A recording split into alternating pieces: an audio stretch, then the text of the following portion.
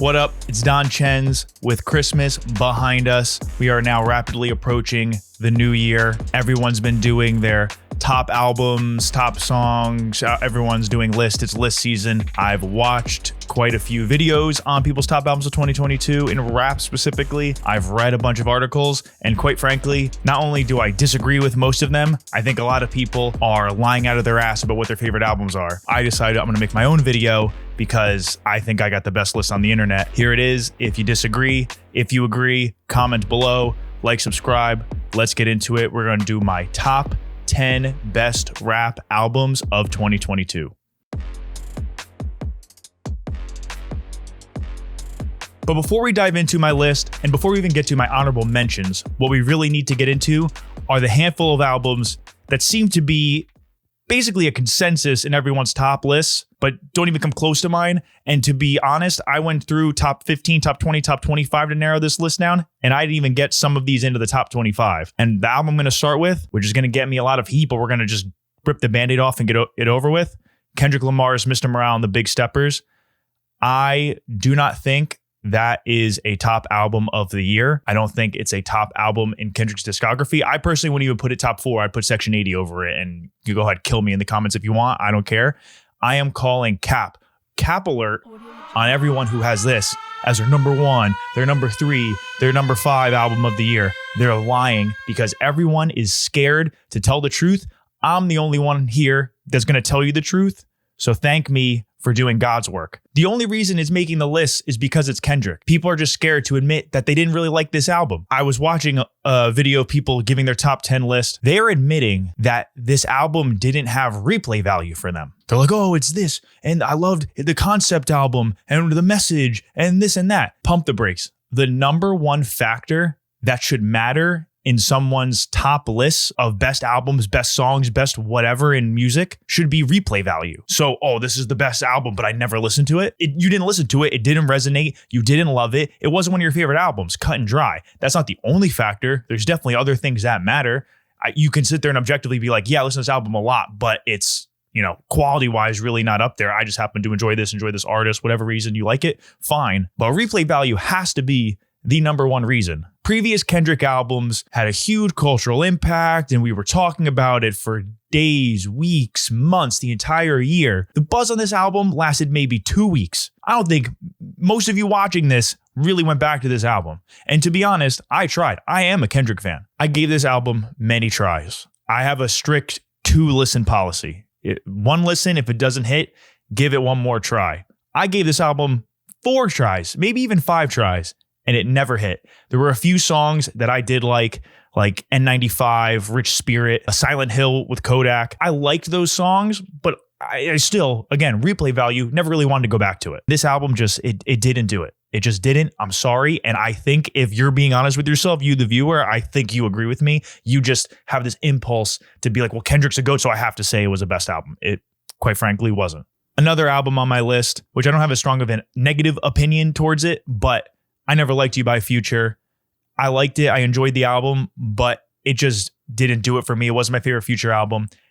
I will say, though, I would take my opinion on Future's music with a grain of salt because my favorite Future albums are High Off Life and The Wizard. So that's a hot take in and of itself. So maybe I'm just not on the right page as everyone else when it comes to Future, but this was a good album. I love the Thames and Drake song, a few other songs I like on there, but just wasn't my favorite Future album. It was on my list. It was close to making my top 10, but it just wasn't there for me. King's Disease 3 by Nas. I've enjoyed the previous 2 King's Disease albums by Nas. I appreciate Nas's resurgence in rap, and I don't want to come down too hard on Nas, but Nas makes music that, in my opinion, is too perfect. Historically, I think what Nas's issue was up until his more recent albums were his beat selection. I just don't think he picked the right beats that people really gravitated towards. I think he started to do a better job with the first 2 King's Disease albums, but this one, I think he kind of regressed in that aspect because it seemed like he just picks beats that are too perfect. Like the piano chords and the piano riffs are too perfect, and his bars are just too perfect and it's almost like mathematical. And that's probably a factor of he really is one of the better lyricists ever in hip hop history. And maybe the beat selection is a way of highlighting the lyrics more and having the production take a back seat to what he has to say. And maybe that's intentional and that makes it just not necessarily for me. But I just find that I like when a hip hop song, like the production feels more like raw. When you make it too perfect, the production just lacks a soul. Like it's too methodical and I don't know. It just doesn't work for me. I'm just someone who tends to be more moved by the production, and I just don't necessarily think the production was there on this album. Okay, I'm going to quickly run through some honorable mentions before we get into the top 10.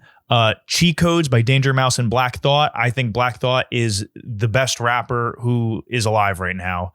I love everything he puts out. I love how, short the album was. Danger Mouse, who hasn't produced a lot of hip hop albums. He does a lot of, music and other type of genres, but he's worked with Black Thought, MF Doom in the past, and he just always does a great job with production when it comes to hip hop. And I really like this album. I like the features on it. It was great. And I really enjoyed that album. No Rest for the Wicked by Ransom. Ransom is someone I think people sleep on a lot. And there wasn't necessarily a standout track on that album, but it was one that I just found myself keep going back to it and just playing it at the gym and running it front to back, not even just picking out a few songs. And that was one I really liked a lot. Food for Thought by Shay Noir. I think from any female rappers, that was my number one album of the year. It almost made my top 10. Brains for Dinner is one of my favorite songs of the year. I think she's great. I think this is the best album she's put out to date. I think her star is only going to rise. Really enjoyed that. And then I got all of my Griselda guys. I'm wearing my Conway the Machine shirt. As you could see, Griselda's my favorite, but unfortunately, Tana Talk 4 by Benny the Butcher, 10 by Westside Gunn, and God Don't Make Mistakes by Conway the Machine. All of those were albums I ran through quite a bit, and a lot of my favorite songs are on there, like Johnny P's Caddy on Tana Talk 4, BDP on Westside Gunn's album I love, on Conway the Machine's album, John Woo Flick and Lock Load are two of my favorite songs of the year. So I love all those albums, but they just, barely missed a cut. I had to make a cutoff somewhere. I could have made a top 15 video, and if that was the case, they would have been on the list. And lastly, another one that just missed out, Soul Sold Separately by Freddie Gibbs. I enjoyed this album a lot. I even made a case in the past that it could have been a Grammy nominated album, but when I really look at it, while I enjoyed it, there's just nothing that really stands out too much to me. It's a nice listen. I enjoy it. I don't think it's Freddie Gibbs' best album, though my favorite Freddie Gibbs albums are his albums with Alchemist and his two albums with Madlib. So I just think it's hard for me to put that in my top 10 when I can't even look at it and say it's a top 3 album in his discography. All right, now let's really get into it. Here is my top 10, starting at number 10, going to number 1, and at number 10, I had this higher, and then as I went through the list, kind of brought it down the list, and it barely made the top 10. It's Almost Dry by Pusha T, produced basically entirely by Pharrell and Kanye. It's kind of like 50-50, I think, is how it really worked out. I found the highs to be super high on this album. Neck and Wrist I love, and Diet Coke was my number 1 most listened to song of the year. The production on that is crazy. It's a Kanye beat, but he took it from an old 88 Keys beat, I believe, from some beat pack back in the day. I love that song so much. There's a lot of huge highlights for me. A few songs just don't do it for me. And to be honest, the biggest negative for me is the opening track, Brambleton, which is produced by Pharrell. I don't know why. I just really don't like that song. And there's something about starting an album with a song that I really don't like that kind of just puts a bad taste in my mouth. I don't know why, but something about that. I want to play that album. I start with that and I'm like, oh, I hate this song. Like I skip it. Literally just that alone brought it down on my list. But overall, I love the album. I tend to lean more towards the Kanye tracks.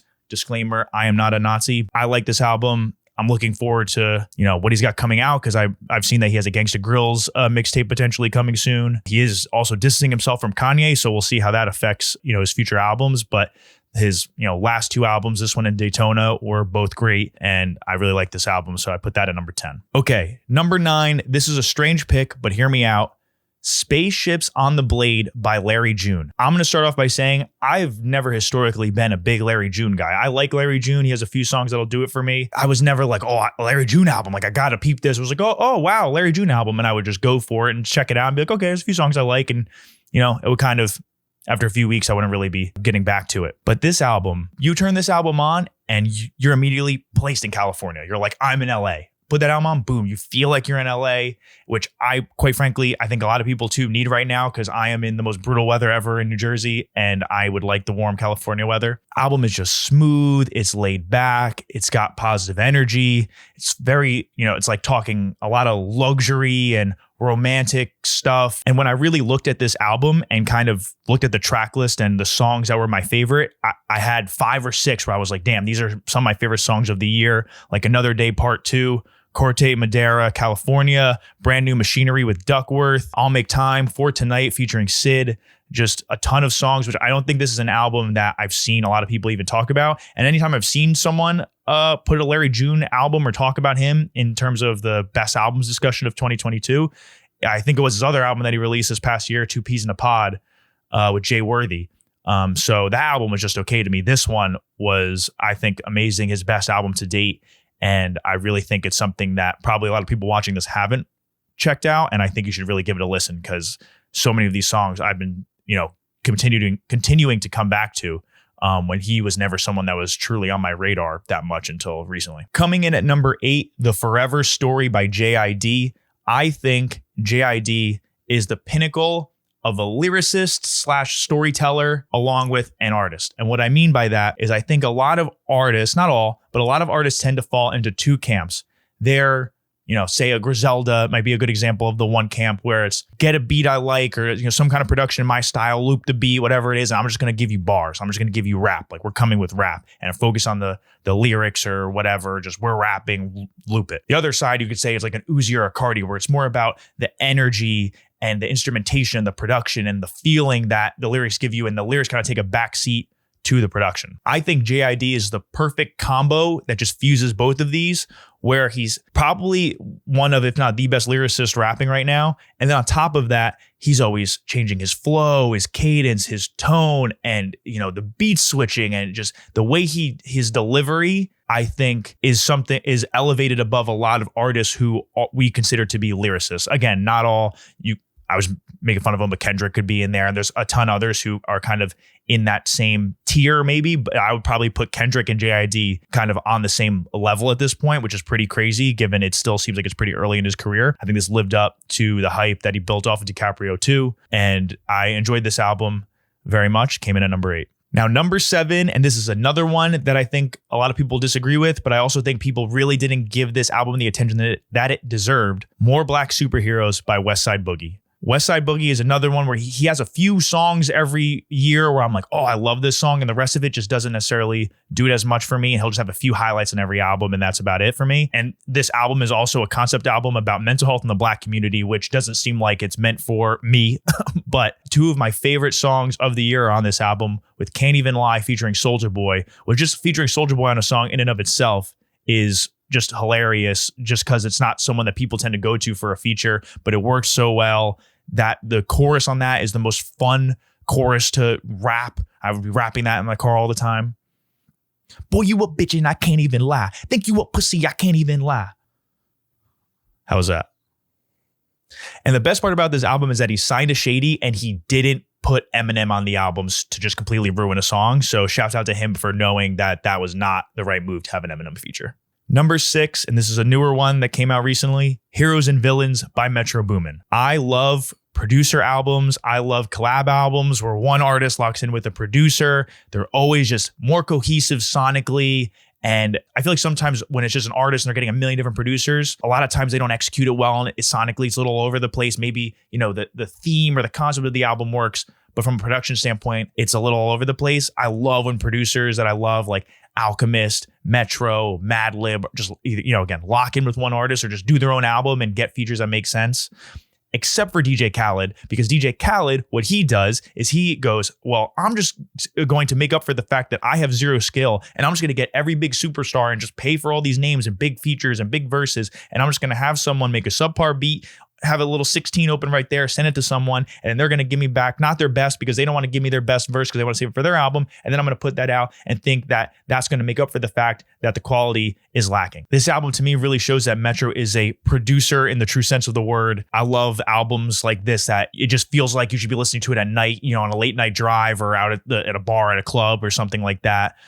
This album is just, it's really good. All of the features on this album are artists that he's locked in with for, the past decade and built up such a good chemistry with that it seems to come so naturally. Like he on Raindrops, I think got the best out of Travis Scott. Is a lot of the Don Toliver songs I really love, and I feel like he really elevated, Don Toliver on those albums, on those songs. I find myself constantly just, humming or singing the random choruses and lines from this album. I'll just be walking around my apartment going, yeah, drinking dope, turn into a superhero. Yeah, taking pill, turn me to a superhero. Yeah. This album, again, just goes back to what I was saying before, replay value. I'd get in the car and I would always just pop in my head, oh, I should be playing this. I've still been playing it constantly. And maybe it's a factor of not a lot of big albums have come out since this drop. So maybe it's staying in rotation a little longer than others, but this has been steady in rotation for me since it came out. So I put it here at number 6. Now we're in the top 5. And here is one that a lot of people are talking about, but not putting on their top albums list. Number 5 on my list is Learn to Swim by Red Veil. We need to just stop and pause and think for a second that he dropped this on his 18th birthday. He fully wrote, produced, and everything on this album. Dropped it at 18 on his 18th birthday, which means he did it all when he was a minor. He was 17 when he did this. It's unbelievable how sharp his skills are at such a young age. His music to me sounds like a young Earl Sweatshirt, both in his production and in his style of, rapping and delivery. And I may be a little biased too, because he's mentioned in interviews in the past that he started making music at 11 years old after being inspired by songs from Tyler, the Creator, and the Internet.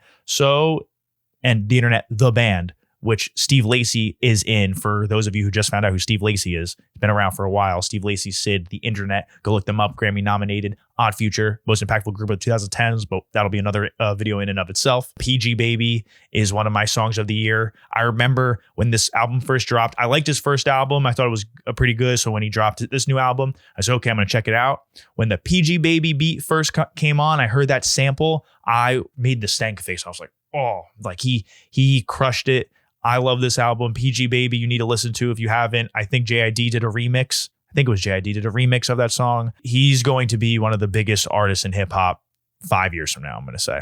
I'll give him 5 years. Number 4, Kiss the Ring by Rome Streetz. I was pleasantly surprised by this because as a huge Griselda fan, I would have expected, like I said, I left off Conway the Machine, Benny the Butcher, and Westside Gunn on this list. I would have expected one of those 3 to be in my top albums. It turned out to be Rome Streetz. Westside Gunn executive produced this album. So when you consider that, it's like, okay, because in my opinion, Westside Gunn is probably one of the best executive producers / curators in hip hop right now. I think he just has the right ear and he just knows how to kind of make a cohesive sound of an album. And when I really thought about it, all of my favorite Griselda tracks, sneakily, a lot of them have a Rome Streetz feature. Westside Gunn was pumping up that album about how it was going to be a huge album of the year, all that stuff. And it really lived up to expectations, honestly surpassed expectations. I think him and Stove God Cooks, while Rome Streetz is a Buffalo artist, not originally from Buffalo, I think those two are going to be the next big artist to blow up out of that Griselda world. And it's also very much apparent on this album that a lot of my love for the Griselda sound really comes from the production. On this album, it's Derringer, Conductor Williams, Camouflage Monk, Denny LaFleur, who are a lot of the people that Westside Gunn and Conway and Benny and all those guys have worked with over the years. And they're all over this album, and it really works. They do a great job. Tyson Beckford and Destiny Child are 2 of my favorite songs of the year. Big W for Westside Gunn and Griselda, and I hope that more artists start to let him EP their albums. Even maybe someone outside of the Griselda, world would be pretty huge to see, how he would do on that. And now we are in the top 3 albums of 2022 for me personally. And number 3, I'm going to do it, Her Loss by Drake and 21 Savage. This album to me doesn't have any skips.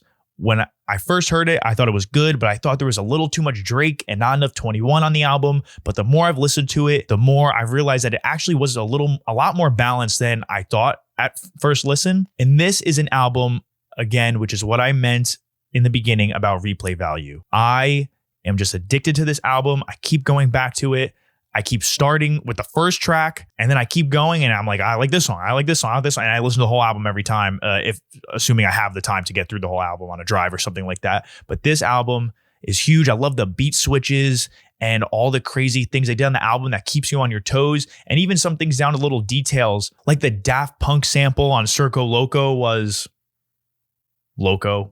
Sorry, I had to do it. Then you got like when they put the track list out and you see 3 a.m. in Glenwood on that album and you go, okay, it's another timestamp Drake song. And then it comes out and boom, that's actually a 21 Savage song. And then even, I mean, this shouldn't even matter, but the way they did the rollout, where they did the fake NPR Tiny Desk and they did the fake Howard Stern, they did the fake Vogue. Drake showed his mastery of being able to keep fans on their toes without having to make a complete left turn in terms of production or delivery of the album. Obviously, honestly, Nevermind was a complete left turn, but I don't think he was pretending it wasn't. It was just, a one-off. I'm going to do this new genre. Here it is. Take it or leave it, whatever. But this album was very much in line with the music that Drake and 21 have put out in the past, very much in line with the songs they've previously worked on together. It sounded like them, but they had enough subtle things. The beat switches were crazy. Just a lot of things that kept you on your toes that whatever it is, I just keep going back to this album over and over and over again. So I have this at number 3. Number 2, and I'm very happy about this one, Ramona Park Broke My Heart by Vince Staples. Vince Staples last year put out a self-titled album in 2021, and people didn't seem to really like it. And I remember at the time him being on Twitter mad about why people didn't get it. And he was kind of asking for feedback from people on Twitter, retweeting responses and kind of arguing with people. And it just seemed like a lot of people didn't really feel like he was too vulnerable on the album. And then he would get mad and he'd be like, well, what do you mean? Like, I talked about all these things. This is my most vulnerable album. This is my most personal album. How do you not understand? And it seemed like based on the feedback and in my opinion too, from listening to it, that part of the issue or most of the issue is that it was just like too bland in his delivery and in the production. And while he was saying a lot in the lyrics, it was too, it was like not monotone, but it was just too bland, too gray, just didn't have enough to really make people feel what he was saying. I could listen or read the lyrics on Genius and get his point, but when I listened to it, I didn't feel it. So I think he genuinely took that feedback and went into this album going, okay, I'm going to try to make a personal album, an album that really tells a story, but I'm going to make people feel it this time. And I think he succeeded in doing that tenfold. There's so many songs I keep coming back to. A lot of songs produced by Mustard that I think he really hit on, like Free the Homies, Magic, When Sparks Fly, which is an album it's a love song from the perspective of his gun that gets confiscated by the police. Just like a cool concept for a song that I think he executed perfectly. He got the song Lemonade with Ty Dolla $ign. And this is a strong opinion I have. I think if you're an artist in 2022, 2023 soon, if you're an artist that could get a Ty Dolla $ign feature and you choose not to get a Ty Dolla $ign feature, you're an idiot. Every Ty Dolla $ign feature is amazing. He should be on everyone's album. He always just hits right. And that's why he made his last album featuring Ty Dolla $ign, because everyone should have a Ty Dolla $ign feature on their album. And I really respect someone who, puts out an album that maybe isn't received too well and is able to basically take what they tried to do and execute it better based on the feedback. Drum roll, please. My top rap album of 2022, Sick by Earl Sweatshirt. This album was my most listened to album of the year, according to my Apple Music replay. And yes, if you didn't know this about me already, I am coming out of the closet as an Apple Music user. Sorry, Spotify people, but that's just how I am. I am a real lover of music and use Apple Music, not Spotify. Earl and other artists that he's collaborated with, like Navy Blue, Mike, Mavi, Maxo, and there's this world of rappers that kind of have their own unique sound that Earl kind of was the catalyst for. And his album Some Rap Songs and Feet of Clay, I like those albums, but those albums, you kind of got to give them a few listens to get into it. If you hear a single one-off, it's hard for you to really understand what he's going for until you hear it in the context of the full album. This album, I think he had a lot of those elements of the sound he's developed over the last several years, but he took just enough of a half step to the middle to make it more digestible to the mainstream fans of hip hop. And I kept coming back to this album again. It was my most listened to album. Songs like 2010, The Lobby Interlude, Titanic, those are ones that come to mind that are a little more traditional of a hip hop song than songs that he's put out more recently. I'm so addicted to Tabula Rasa by him and Armand Hammer, which if you don't know is the combo of Billy Woods and Elucid. That song, just the sample on it. Off the strength, I'm not as dumb as I thought. I love samples like that. It's just, I love the brevity. All his recent albums have been short. This album has only 10 tracks and a 25-minute runtime, which I like. I think a lot of people overlook this album. And again, I'm biased because I'm a Tyler, the Creator, Odd Future guy and yada, yada, yada. But I'm telling you, if Earl's more recent albums kind of turned you off to him because you think he got a little too weird, I think you should give this album a listen, because I think it's the perfect blend of, again, that and more mainstream hip hop elements that I think the general masses will love. So those are my top 10 rap albums of 2022. Let me know what you think. Drop a comment, drop a like, subscribe. If you have a problem with it, I'm down to argue. If you haven't heard some of the albums I mentioned, I highly recommend you giving them a chance to give them a listen. If there's any you think I didn't mention that I should have, let me know. If there's ones maybe I haven't heard that I'm sleeping on, I'd love to give them a listen. But those are my top albums of 2022 in hip hop. Thank you for watching. See you soon.